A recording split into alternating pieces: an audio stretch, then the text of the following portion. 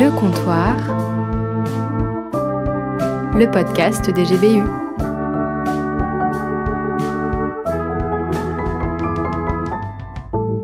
Pour toi, qu'est-ce que serait une vie réussie ? Moi, c'est vraiment faire ce que je veux dans la vie. Donc, vivre de ma passion, avec ma famille, mes amis, mais rien de trop extravagant. Et avoir une harmonie au niveau professionnel et familial. C'est faire ce qu'on aime, bien gagner sa vie, pas excessivement, mais bien gagner sa vie. Une vie où je manque de rien, où je réfléchis pas à l'argent, où ma famille serait en bonne santé. Finir ses études et se dire que on a réussi, avoir une belle maison. Avoir le métier qui me plaît et que quand je me lève tous les matins aussi, je me dis pas « Oh là là, je vais au travail, quelle horreur ». En fait, je suis chrétienne et du coup, je pense qu'être en paix avec Dieu, je pense que c'est le plus important pour moi. Ouais. Et du coup, qu'est-ce que ce serait une vie ratée ou échouée pour toi ? Par exemple, ne pas avoir poursuivi ses rêves pour les on-dit, d'avoir un regret sur la finalité. Tu te trouves isolé, tout seul, où tu n'es plus d'amis, plus de famille, que tu n'es plus personne sur qui compter. D'être dans un métier que j'aime pas et de me réveiller tous les matins en ayant la flemme d'aller au travail. Là, on aura des remords, genre par exemple si on n'a pas pu faire les études qu'on veut, pour le métier qu'on veut, si on peut pas le faire, on va peut-être pleurer un peu après. Comment vous avez réagi quand vous avez eu des échecs dans la vie ? En terminale, j'ai raté Sciences Po Bordeaux et après je l'ai repassé pendant 3 ans où j'étais en prépa. Je l'ai repassé 6 fois, je l'ai jamais eu. Et puis ensuite, j'ai juste lâché l'affaire et je suis passée à Sciences Po Strasbourg. Je rebondis, je me dis c'est pas grave dans la vie, de toute façon il faut avoir des échecs pour pouvoir poursuivre et avoir une meilleure vie. Savoir analyser pourquoi il y a eu un échec et après se remettre en question parce qu'on n'est pas parfait. La plupart du temps je relativise, il y a des fois où j'ai pleuré, mais la plupart du temps je relativise parce que il y a plus grave. Il faut se dire que dans l'échec il y a toujours quelque chose qui nous a apporté du bien. Et est-ce que l'échec a changé ta perception de toi et des autres, de ceux qui t'entourent ? C'est vrai que je me sentais un peu nulle. Après, est-ce que ça a changé ma perception de moi ? Je pense pas. Au contraire, je trouve que du coup, j'ai essayé jusqu'au bout. Salut à toutes et à tous et bienvenue au Comptoir pour notre 4e émission. Salut à toi aussi Daniel. Salut Laurie. Et après que vous ayez déchiré vos maillots de l'équipe de France, après l'échec des Bleus, on remue le couteau un peu plus dans la plaie avec un super podcast sur l'échec. Ah super. Nous venons d'entendre quelques étudiants donner leurs avis sur l'échec grâce au micro-trottoir réalisé par Saraline et Aloïsia. Ce sont 2 étudiantes parisiennes, membres des GBU de Paris et d'Assas. Oh. Et merci à elles. Et Assas, l'élitisme. Et ouais, on a ça au comptoir. Et on peut voir à travers les réponses qu'ont données ces étudiants que l'échec, c'est souvent défini comme ce qui n'est pas réussi. L'échec, la réussite, c'est donc très lié. Il y a plusieurs domaines qui avaient l'air d'être importants pour les étudiants. Les études et le travail, donc en gros la vie professionnelle, et la famille, et donc tout ce qui se rapporte à la vie personnelle. Ouais. D'ailleurs, ça vaut ce que ça vaut. Mais je pense que tu as réussi socialement à partir du moment où tu as une espèce qui porte ton nom.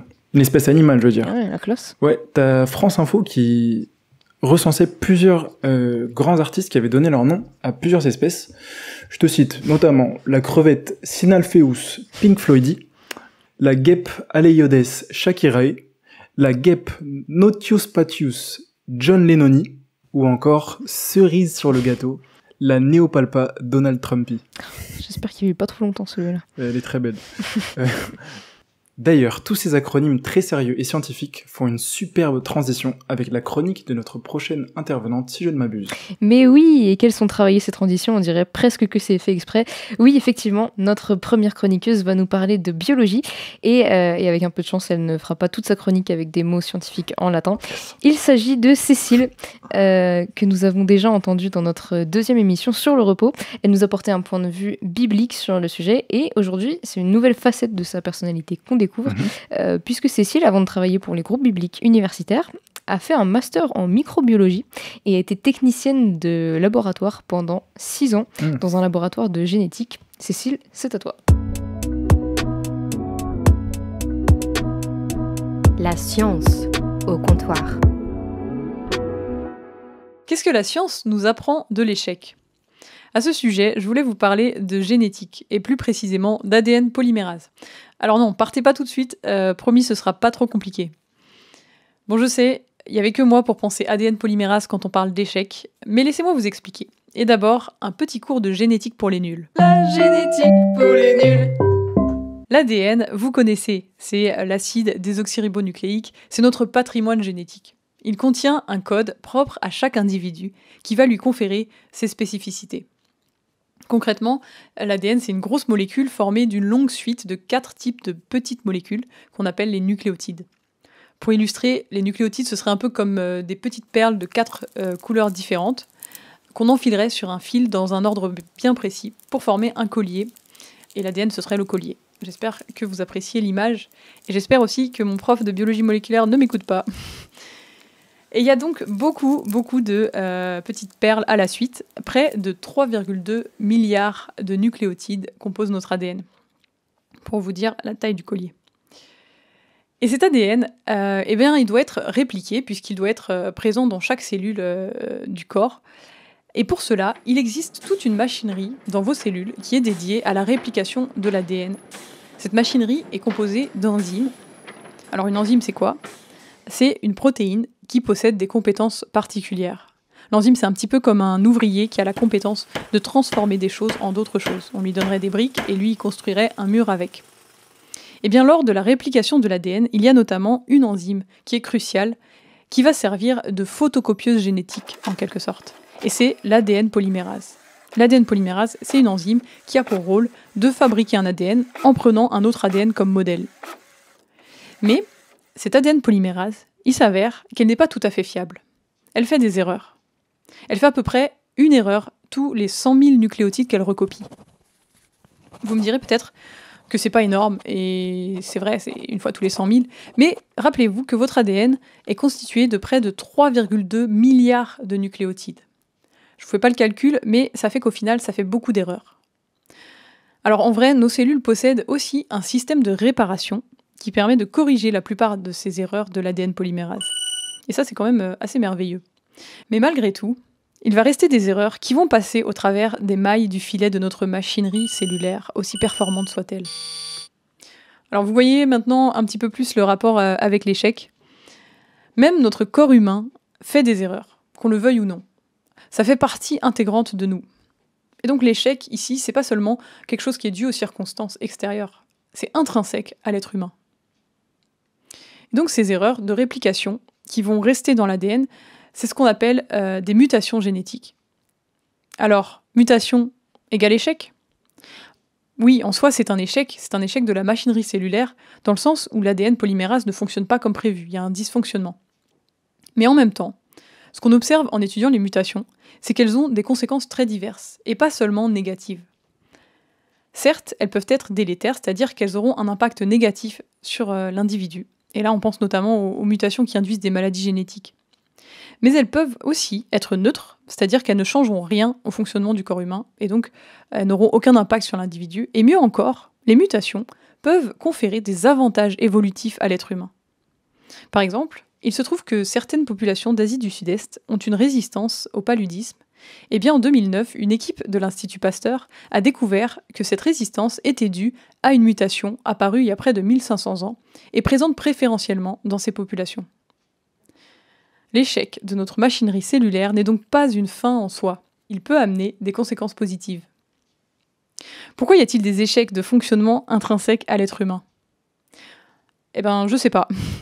La science ne répond pas à cette question en fait. Elle ne répond pas à la question du pourquoi, puisque c'est pas son rôle. Mais ce qui est cool avec la science, et surtout la génétique, c'est qu'elle nous permet de mieux comprendre notre fonctionnement, et même parfois d'améliorer nos conditions de vie. Mais en nous faisant grandir en connaissance, elle nous fait aussi grandir en humilité, quand on constate que l'être humain, aussi intelligent soit-il, reste limité et faillible, à l'image de son ADN polymérase.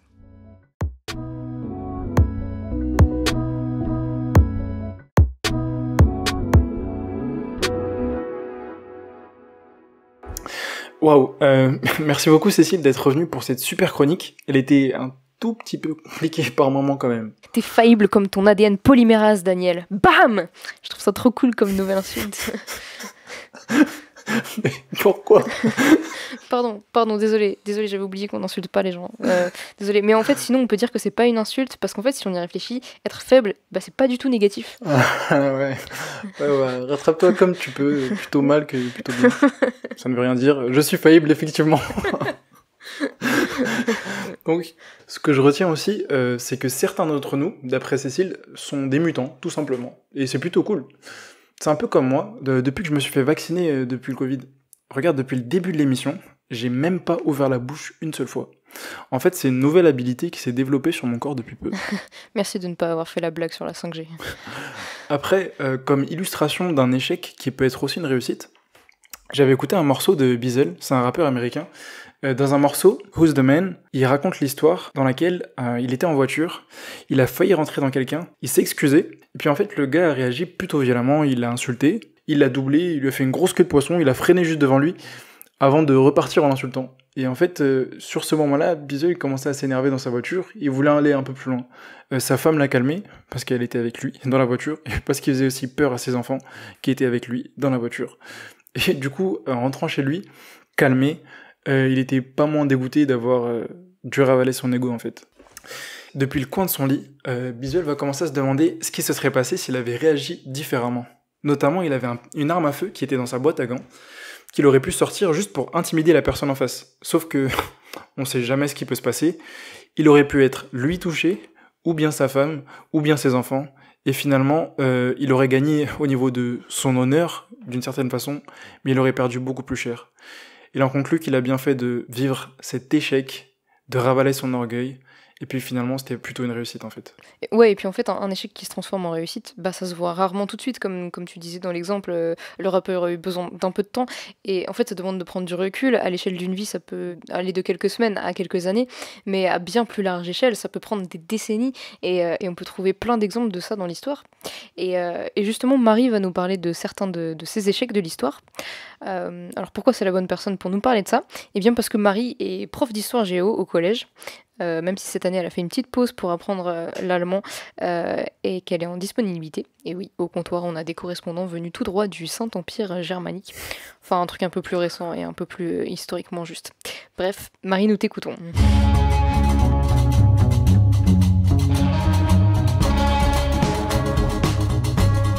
L'histoire au comptoir. Qu'est-ce qu'un échec en histoire ? D'après le Trésor de la langue française, l'échec est le résultat négatif et généralement d'une certaine gravité d'une entreprise. Selon le petit Robert, c'est plutôt une situation, le fait de ne pas réussir, de ne pas obtenir quelque chose. Alors, à quoi ça peut correspondre en histoire ? On pense principalement à des défaites militaires. Mais cela n'est pas si facile à définir, car l'échec correspond à un jugement postérieur, à une interprétation. Il dépend aussi de quel point de vue et à quelle période on raconte l'histoire, car l'échec de l'un peut être la victoire de l'autre. Pourtant, il existe quelques exemples qui font l'unanimité. Parmi eux, celui de Napoléon, qui en l'espace de quelques années est passé d'empereur à prisonnier exilé sur une île. Ce qui a provoqué son échec, c'est sa campagne contre la Russie en 1812. Pourtant, à cette date, l'Empire français était à son apogée. Il dominait l'Europe. Mais Napoléon avait l'impression que la Russie contestait cette domination. Il avait imposé un blocus continental. En gros, les pays du continent ne devaient plus commercer avec le Royaume-Uni pour affaiblir son dernier ennemi. Mais le tsar Alexandre Ier le rompit. Cela fit monter les tensions et en juin 1812, Napoléon décida d'envahir la Russie. Il était sûr de gagner, car son armée comptait le double de soldats de l'armée russe. Mais les Russes ont refusé de combattre. Ils ont reculé toujours plus, en brûlant derrière eux les champs et les vivres. Napoléon est allé jusqu'à Moscou. Il a pris la ville. Il pensait alors que le tsar allait capituler. Mais Alexandre Ier a refusé de combattre ou de négocier. Et après 1 mois, comme l'hiver approchait, Napoléon fut obligé d'engager la retraite. Et cela a tourné au désastre. Les soldats sont morts de froid et de faim sur la route, et la grande armée fut décimée. Cette campagne fut encore plus un échec pour Napoléon, car ses ennemis, le voyant en position de faiblesse, se sont unis contre lui et ont mené une campagne jusqu'en France, où ils l'ont forcé à abdiquer en 1814. En parallèle, j'aimerais vous raconter un autre échec, qui a eu lieu à peu près à la même époque. C'est celui d'une femme, surnommée Solitude, esclave en Guadeloupe, jusqu'à ce que l'esclavage y soit aboli par la République en 1793. Mais à peine 9 ans plus tard, il est rétabli par Napoléon. Aussitôt, les anciens esclaves se révoltent. Solitude est alors enceinte de quelques mois, mais elle rejoint la révolte pour défendre sa liberté. Beaucoup périssent dans les combats contre les soldats de Napoléon. Solitude fait partie des rares survivants, mais elle est capturée et finalement pendue. Son échec, c'est l'échec de son combat contre le rétablissement de l'esclavage qu'elle a payé de sa vie. Ces quelques exemples nous permettent de réfléchir et de nous poser quelques questions. D'abord, l'échec est-il toujours négatif pour nous ? Selon le point de vue de Napoléon, la réponse est 100% oui.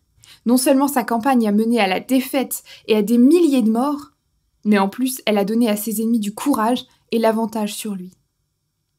Mais les échecs peuvent aussi être porteurs d'idées nouvelles, de luttes importantes, qui ne réussissent pas du premier coup, comme dans le cas de Solitude. Elle n'a pas réussi à empêcher le rétablissement de l'esclavage, mais ces combats ont joué un rôle important dans la lutte, et ils ont abouti à l'abolition de l'esclavage des années plus tard. Cela m'a fait penser à une citation de Samuel Beckett. « Déjà essayé, déjà échoué. Peu importe, essaie encore, échoue encore, échoue mieux. » Cette citation est souvent utilisée aujourd'hui pour encourager à ne pas avoir peur de l'échec et à échouer mieux pour s'approcher davantage de la réussite. Mais c'est mal connaître Beckett, écrivain connu pour son profond pessimisme face à la condition humaine après la Seconde Guerre mondiale. D'autant plus que cette citation est extraite d'une de ses nouvelles les plus sombres, traduite en français sous le titre « Cap au pire ». Échoue mieux, pour Beckett, c'est probablement une invitation à échouer encore plus complètement, jusqu'à ne même plus avoir l'ambition du succès.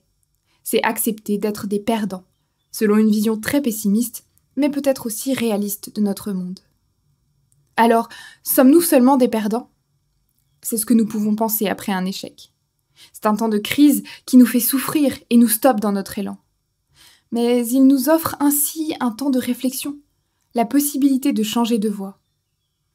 Dans la Bible, Jésus a promis que beaucoup de ceux qui sont maintenant les premiers seront parmi les derniers, et beaucoup de ceux qui sont maintenant les derniers seront parmi les premiers. Il décrivait ainsi le royaume de Dieu, une sorte de monde à l'inverse de notre société, dans lequel tous ceux qui sont considérés comme des perdants sont les bienvenus. Le parcours de Jésus lui-même ressemble à un échec. Il a fini mort sur une croix. Mais non seulement la Bible nous dit qu'il est ressuscité 3 jours plus tard, mettant ainsi la mort en échec, mais aussi qu'en faisant cela, il a permis à tous ceux qui placent leur confiance en lui d'avoir accès à une vie éternelle auprès de Dieu. Une vie où il n'y aura plus ni deuil, ni plainte, ni souffrance. Donc, plus d'échecs. Nous connaîtrons encore beaucoup d'échecs dans notre vie, mais ils peuvent aussi nous aider à réfléchir à ce à quoi nous donnons de la valeur.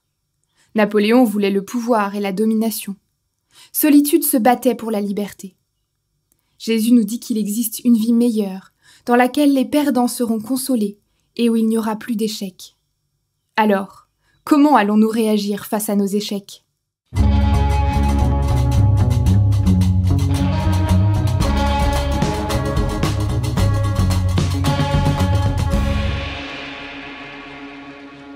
Merci énormément pour cette chronique. Il y a un truc que je trouve super cool, en tant que grand pessimiste de la mort qui tue, que je peux parfois être, c'est que même en faisant le constat d'une vie remplie d'échecs familiaux, ou amicaux, ou amoureux, ou scolaires, ou identitaires, ou autres, et je parle pas forcément que de moi, je vous rassure, je suis toujours en vie, et je compte le rester pour plusieurs années. On commence à avoir un peu de peine pour toi. Je trouve que justement, plus qu'un conte de fées qui nous rassure, la victoire de Jésus sur la mort, le plein accomplissement en fait de la promesse d'un monde qui aura plus de larmes et plus de peur permet de relativiser tout ça. En fait, même l'échec en lui-même, il pourrait avoir du bon dans certaines situations. Je pense au fait que certaines personnes qui arrivent à s'ouvrir plus facilement, à être vulnérables, à parler de leurs échecs, sont souvent plus appréciables en fait. Et notamment, je pense que c'est le cas pour les artistes. Qu'est-ce que t'en penses? Ouais, je suis totalement d'accord. Et en fait, je pense que c'est aussi parce que c'est plus facile de s'identifier à eux. Je pense, si vous avez suivi notre tout premier podcast, je parlais du groupe des 21 Pilots. Typiquement, eux, dans leurs chansons, ils parlent de leurs doutes, de leurs moments de déprime, de leurs échecs. Et en fait, des choses qu'on peut vivre, nous, au cours de notre vie. Et voilà, en fait, l'échec, ça nous rend solidaires aussi. Les gens qui vivent la même chose que nous, bah, c'est toujours plus facile de leur parler.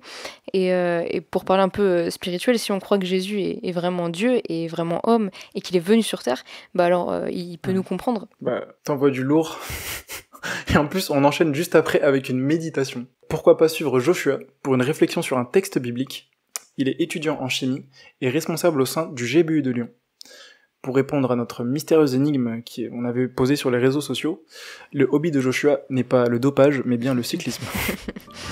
À vos Bibles.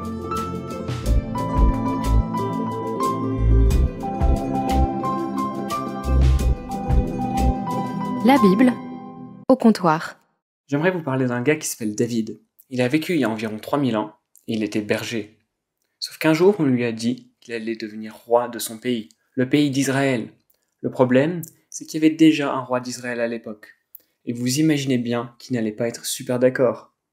Et quand David est devenu très populaire auprès du peuple, le roi a essayé de le tuer. Et David doit s'enfuir dans le désert avec quelques amis. Mais bon, un jour, le roi finit par mourir et David devient roi à sa place.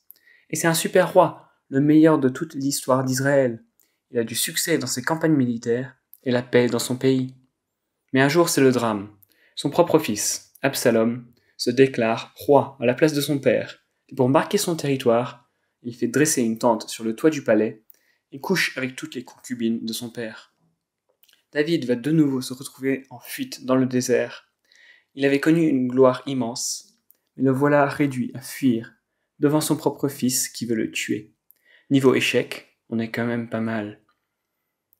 Le truc qui est trop bien avec David, c'est qu'il passait son temps à écrire des chants, ce qu'on appelle parfois des psaumes. Et dans ces psaumes, on a un aperçu de son état d'esprit quand il traverse des difficultés. J'aimerais vous en lire un, le psaume 27. « L'Éternel est ma lumière et mon salut. De qui aurais-je crainte ? L'Éternel est le soutien de ma vie. De qui aurais-je peur ? Quand les méchants s'avancent contre moi pour dévorer ma chair, ce sont mes persécuteurs et mes ennemis qui chancellent et tombent. Si une armée se campait contre moi, mon cœur n'aurait aucune crainte. Si une guerre s'élevait contre moi, je serais malgré cela plein de confiance. Je demande à l'Éternel une chose que je désire ardemment. Je voudrais habiter toute ma vie dans la maison de l'Éternel, pour contempler la magnificence de l'Éternel et pour admirer son temple. Car il me protégera dans son tabernacle au jour du malheur. Il me cachera sous l'abri de sa tente, il m'élèvera sur un rocher. Et déjà, ma tête s'élève sur mes ennemis qui m'entourent. J'offrirai des sacrifices dans sa tente, au son de la trompette, je chanterai, je célébrerai l'Éternel. Et un peu plus loin, on peut aussi lire, car mon père et ma mère m'abandonnent, mais l'Éternel me recueillera. Ce qui est vraiment frappant dans l'état d'esprit de David, quand il est en plein milieu de ses difficultés, c'est en fait sa grande confiance. Au verset 1, il dit « De qui aurais-je crainte ? De qui aurais-je peur ?» Et d'où est-ce que vient cette confiance ? En fait, elle ne vient pas de lui-même. Après tout, ce serait quand même un peu bizarre de trouver une telle confiance en soi, alors qu'on est tellement dans l'échec. Non, en fait, sa confiance, elle vient de Dieu. L'Éternel est ma lumière et mon salut. L'Éternel est le soutien de ma vie. Ça, c'est encore au verset 1. David est tellement confiant en Dieu, et dans le fait que Dieu ne va jamais le laisser tomber, qu'il va dire au verset 10 « Car mon père et ma mère m'abandonnent, mais l'Éternel me recueillera. » Il est tellement désespéré qu'il envisage même l'abandon le plus fort qu'il soit, celui de ses propres parents, tout en ayant confiance en Dieu. Et David va plus loin. Il va expliquer comment il fait pour trouver cette confiance. Écoutez le verset 4. « Je demande à l'Éternel une chose que je désire ardemment. Je voudrais habiter toute ma vie dans la maison de l'Éternel, pour contempler la magnificence de l'Éternel et pour admirer son temple. » Là, il est en train d'utiliser du langage un peu bizarre pour dire qu'il va être proche de Dieu. Et en particulier, il parle du temple, c'est-à-dire le lieu où Dieu avait promis qu'il allait être présent près de son peuple. Et dans ce lieu, David veut admirer la beauté de Dieu, puisque la grandeur de Dieu, sa majesté, sa beauté, sa toute-puissance vont apprendre à David que face à Dieu, ses malheurs sont vraiment tout petits.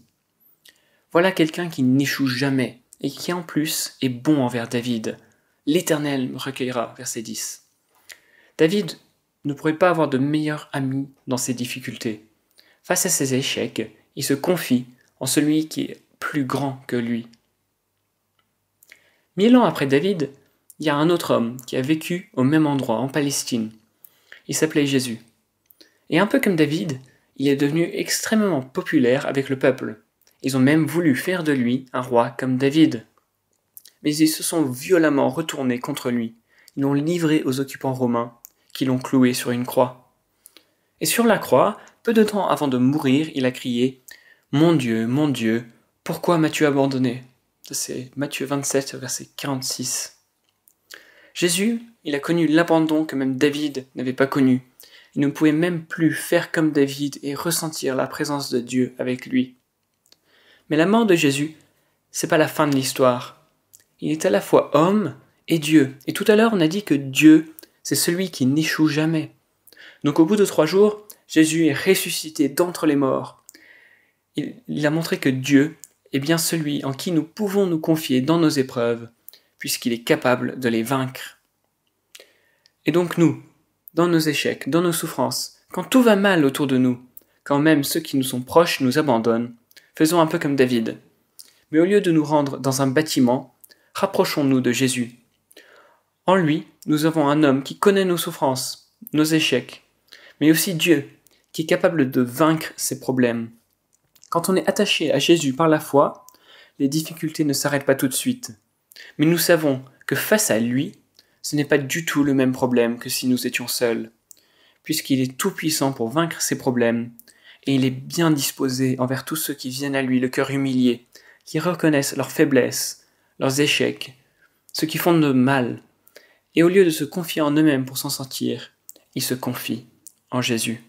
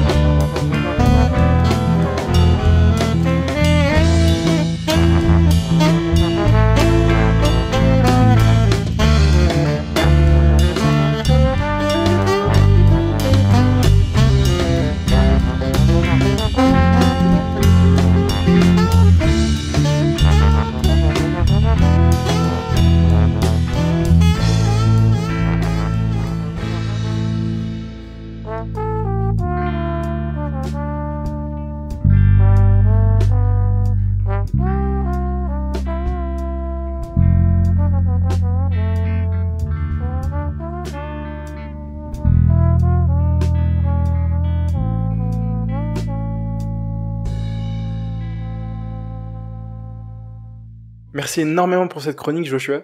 Et merci aussi beaucoup à Noé. C'est un étudiant en école d'ingé sur Paris et membre du GBU de Centrale Supélec qui a composé ce morceau exclusivement pour le comptoir dans des conditions d'enregistrement particulières.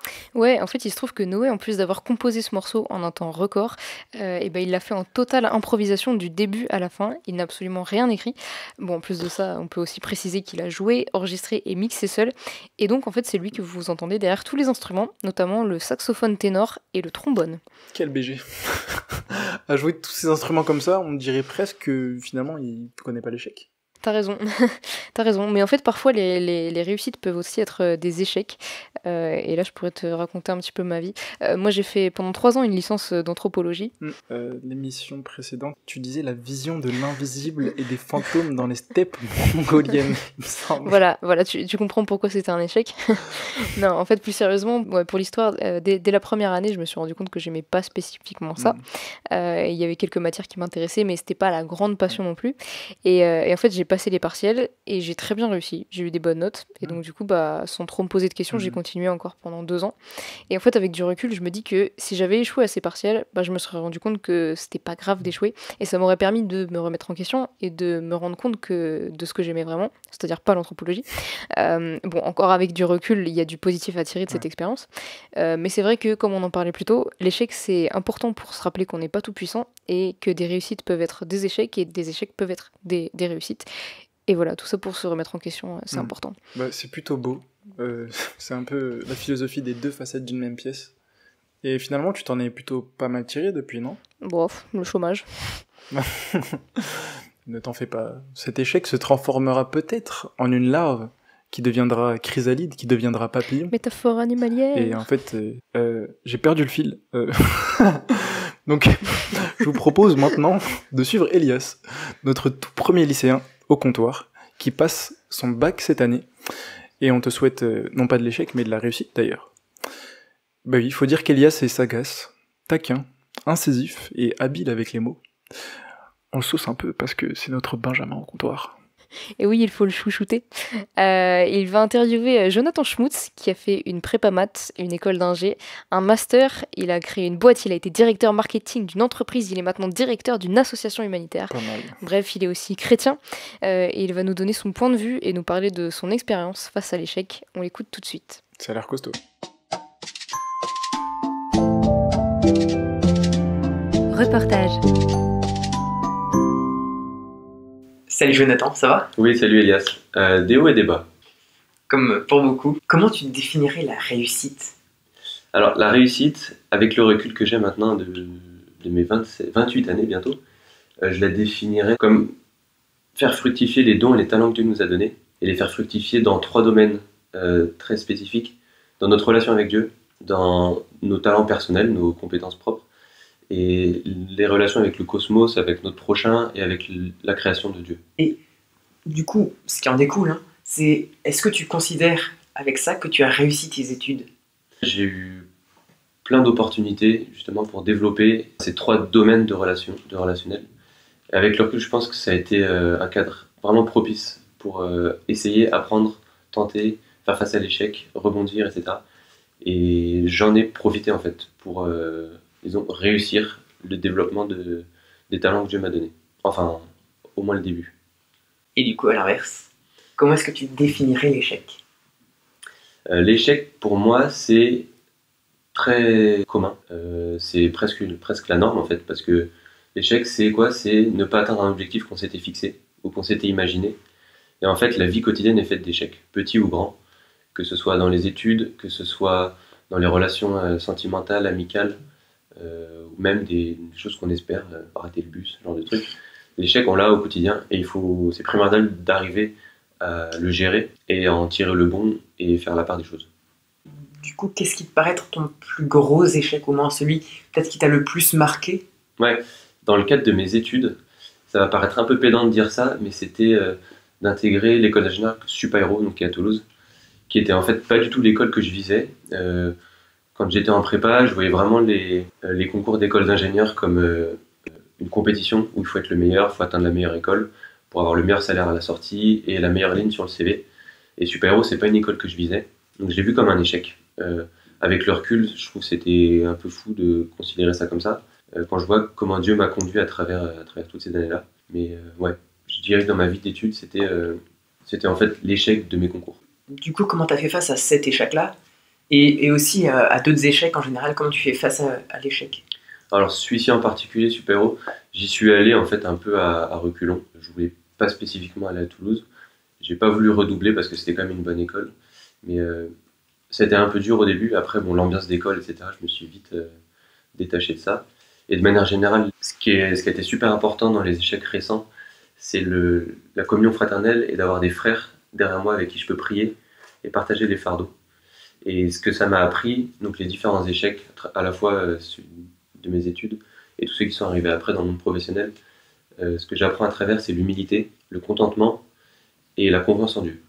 Tout simplement prendre le recul de notre petite vie sur Terre, les quelques années en tant qu'étudiant, de prendre le recul sur toute la vie et même sur l'éternité, sur l'espérance qu'on a. Le temps ici-bas est court, et il ne faut pas en faire tout un fromage, quoi. Il faut arriver à se contenter et avoir confiance en Dieu. Et qu'est-ce que ça a pu t'apporter sur ton caractère, sur tes choix? Ce que j'ai compris dernièrement par rapport à l'échec, ça a été chercher quelles étaient mes motivations au fond de moi, et pas celles que la société et mon entourage m'imposaient. On a besoin d'être reconnu, et ça va passer souvent par vouloir cocher des cases qui font plaisir aux autres, mais c'est pas comme ça qu'on se construit. Ce qui est important, c'est d'arriver à développer et à comprendre nos motivations propres, ce qui nous tient à cœur, et d'aller dans ces directions-là. Ce qui nous pousse vraiment vers l'avant. Ouais. Moi, dans l'exemple que j'ai en tête, c'est l'échec de l'entrepreneuriat, entre guillemets, où en fait, au premier gros échec qu'on a eu en montant la boîte, moi, ça a remis en question toutes mes motivations. Et en fait, j'ai compris que ce qui m'animait au fond, c'était pas forcément sain et c'était pas forcément aligné avec ma foi, avec mes convictions de chrétien. C'était plus chercher de la reconnaissance dans le succès, gagner de l'argent, avoir des belles lignes sur ses... Et est-ce que pour finir, tu pourrais donner des conseils à des jeunes dans leurs études qui passent par un échec, un conseil, un encouragement? Pour la vie étudiante, quand on est étudiant, on s'en rend peut-être pas compte encore, mais on a beaucoup de temps. Et c'est du temps qu'on peut utiliser pour développer des compétences, apprendre à échouer. Donc sortir un peu de sa zone de confort, essayer, tenter des choses qui nous passionnent. Parce qu'on a du temps, on en aura moins plus tard. Et notamment prendre du temps pour construire des relations. À la fois développer sa relation avec Dieu, et aussi développer des relations amicales. Parce que c'est elles qui vont nous aider dans nos échecs, c'est ça? Oui, aussi. Je pense que c'est clé de profiter de ce temps d'étudiant pour développer justement ces 3 relations dont je parlais au tout début. La relation avec Dieu, notre relation avec nous-mêmes, donc se connaître, et relation avec les proches, avec la création. Merci beaucoup. Merci Jonathan d'être venu. Merci Elias. Merci à vous auditeurs d'avoir écouté et à bientôt.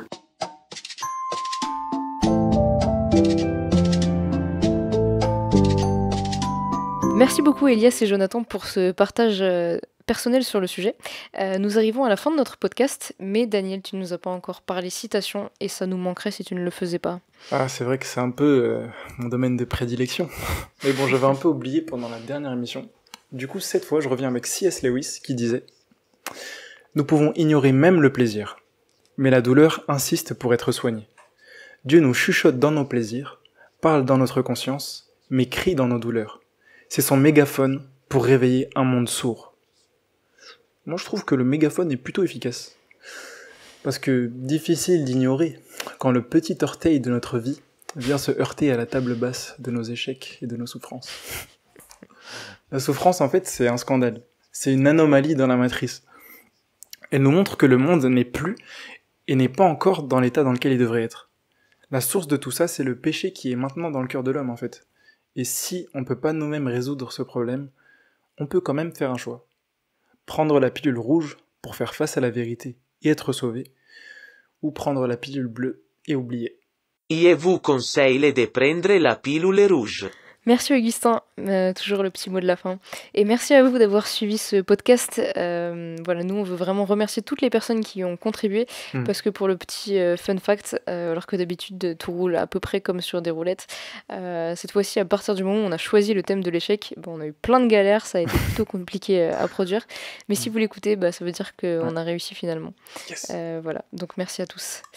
N'hésitez pas à nous faire part de vos retours ou à continuer la discussion en message privé sur nos comptes Facebook ou Instagram, @lecomptoirgbu. Au cas où vous auriez oublié, nous sommes toujours le podcast des groupes bibliques universitaires et lycéens.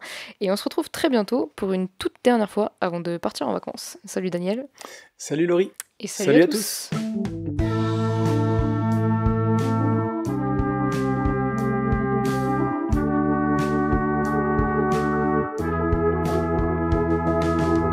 Le comptoir,